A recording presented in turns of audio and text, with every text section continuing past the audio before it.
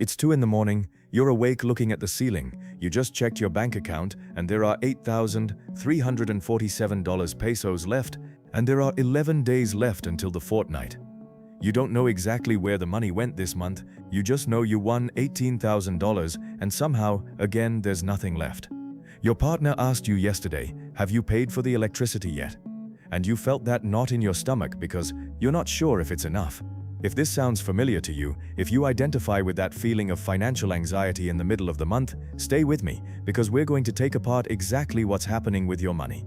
My name is Mark, and I spend way too much time thinking about 10 common household money management mistakes.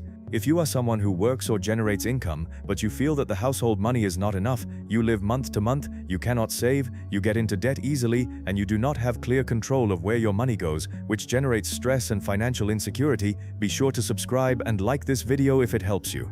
Look, here's the thing. It's not that you don't make enough money. Most of the time, it's not an income issue. It is a management problem. And the frustrating thing is that no one teaches us this. We leave school knowing how to solve quadratic equations, but we don't know what to do when we get our first salary. So let's break down the 10 most devastating mistakes that are destroying your household finances without you even realizing it. Mistake 1. Not having a budget, or having one that you don't use. Let's start with the elephant in the room. According to a 2024 Conducef study, 68% of Mexicans do not have a formal budget. And of that 32% who say they have it, only 40% actually follow it. Do the math. That means only 13% of people are actually using a budget. This is like trying to get to a destination without GPS or a map. Technically you can move, but will you really get where you want to go? Here's the psychological problem. We think we keep score mentally. We think, I know more or less what I spend my money on. But behavioral economics studies have shown that we underestimate our expenses by an average of 30–40%. Let me give you a concrete example. Let's say you make $15,000 a month. Without a budget, you might think rent, $5,000, food, $3,000, transportation, $1,000, services, $1,500, other, $2,500. To save, $2,000. You have $2,000 left over, right? Perfect.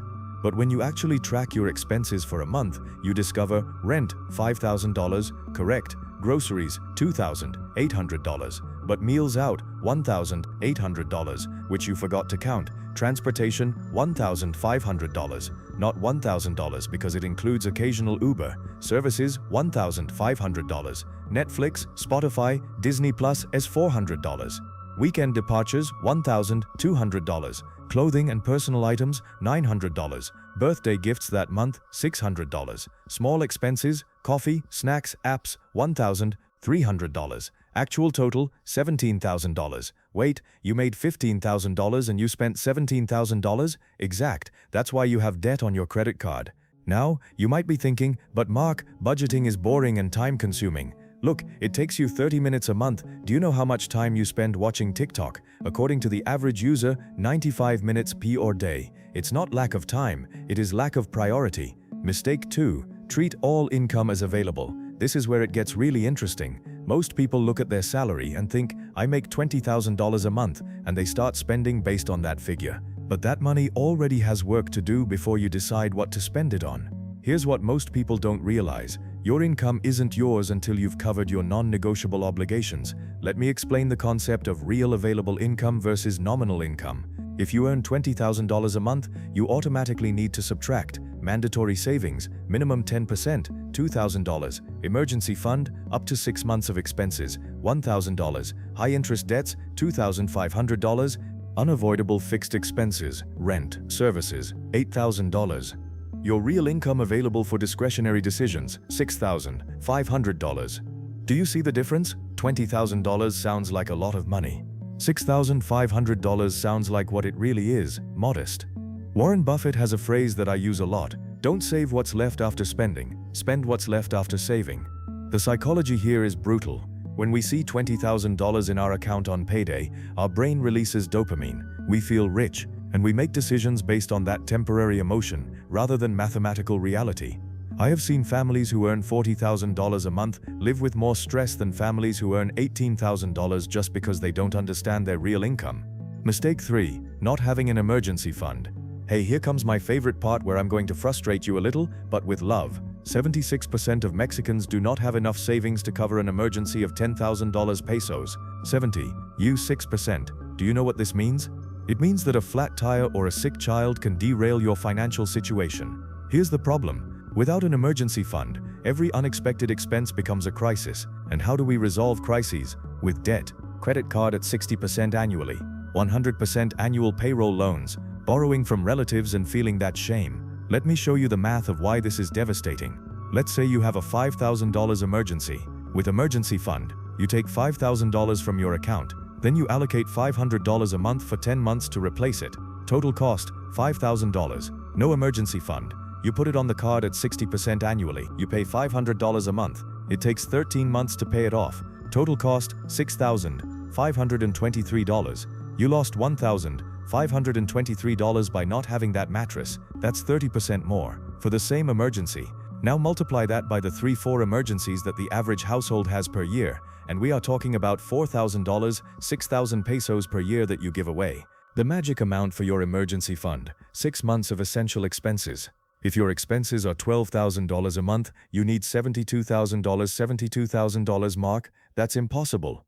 I know, it sounds intimidating. That's why you start with $1,000, then $5,000, then a month. You are climbing. Mistake 4, not distinguishing between fixed, variable, and discretionary expenses. This is a game changer that most people don't understand. Not all expenses are equal. Fixed expenses, they do not change month to month. Rent, mortgage, insurance, tuition, these are predictable. Necessary variable expenses, they change, but they are necessary. Food, transportation, services, medicines. Discretionary expenses, they are optional. Entertainment, restaurants, new clothes, hobbies.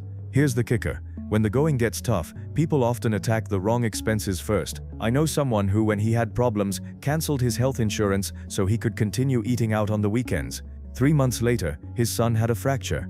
Hospital bill, $38,000. I would have paid $1,200 a month for insurance. The right strategy. Fixed expenses are protected at all costs. They are your strength. Necessary variable expenses, here you optimize. You change brands. You look for offers. You reduce without eliminating. Discretionary spending, here you cut first when there are problems, but most do the opposite because it is emotionally easier.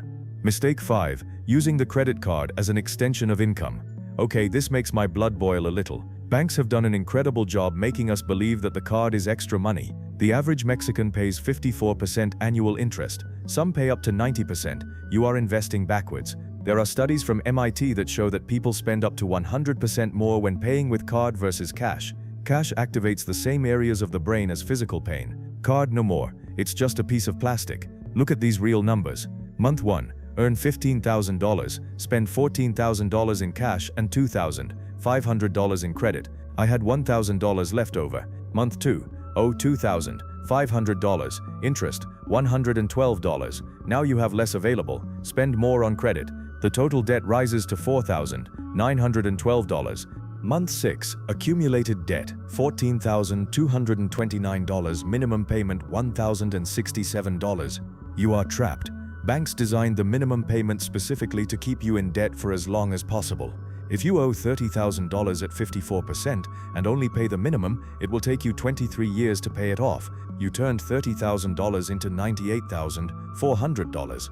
The golden rule: if you can't pay off your card in full at the end of the month, you shouldn't use it. Spot. Mistake 6, not talking about money with your partner family. According to studies, 35% of divorces in Mexico cite financial problems, more than infidelity or problems with in-laws. And what is the problem? It's not that there is no money. They don't talk about money. One saves, the other spends secretly.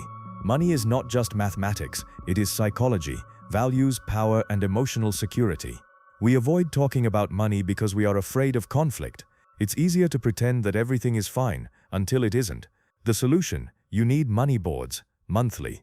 Agenda: how much do we earn? How much do we owe? Goals: 30 minutes a month. That half hour can save your marriage and your assets. Mistake 7, not planning for large predictable expenses. Every year December arrives, each year, and millions of families act surprised by the gifts and dinners. Large predictable expenses, school supplies, August, vacation, summer, Christmas, birthdays, insurance. If you spend $8,000 on Christmas and act surprised, the problem isn't Christmas, it's just that you didn't plan.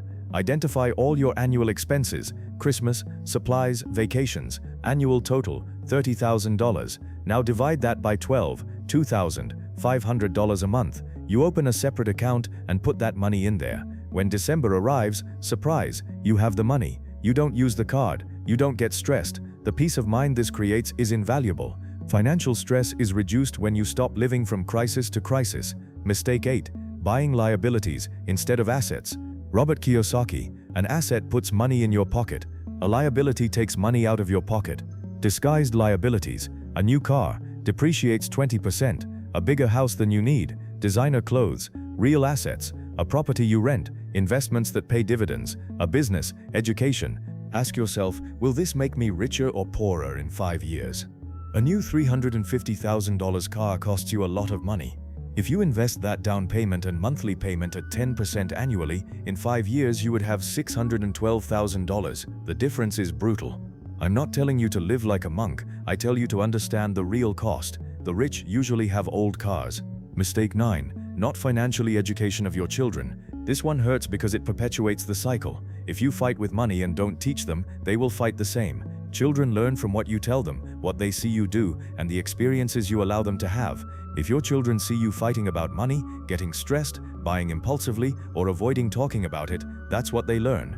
In contrast, if you are seen budgeting, saving before you buy, and celebrating goals, you raise responsible adults. Give your children an allowance, teach them to divide it: 50% spend, 40% save, 10% share. Take them to the bank with you. Financial education is not a subject, it's a way of life. Mistake 10. Postpone the start. This is the most common and devastating: knowing what you have to do but not doing it. I start next month, when they pay me the bonus. Look, the brutal truth: the perfect moment does not exist. If you start saving $1,000 a month at age 25 at 10% annually, at age 65 you will have $6,324,000. If you start at age 35 you will have $2,278,000. You lost $4 million by starting 10 years late for procrastinating. The most important decision is not what to do, it's when to start, and the answer is today, now, this month. Can you only save $200? Perfect, it's better than $0. Can you only pay $500 extra toward your debt? Do it. I have seen these 10 mistakes destroy families.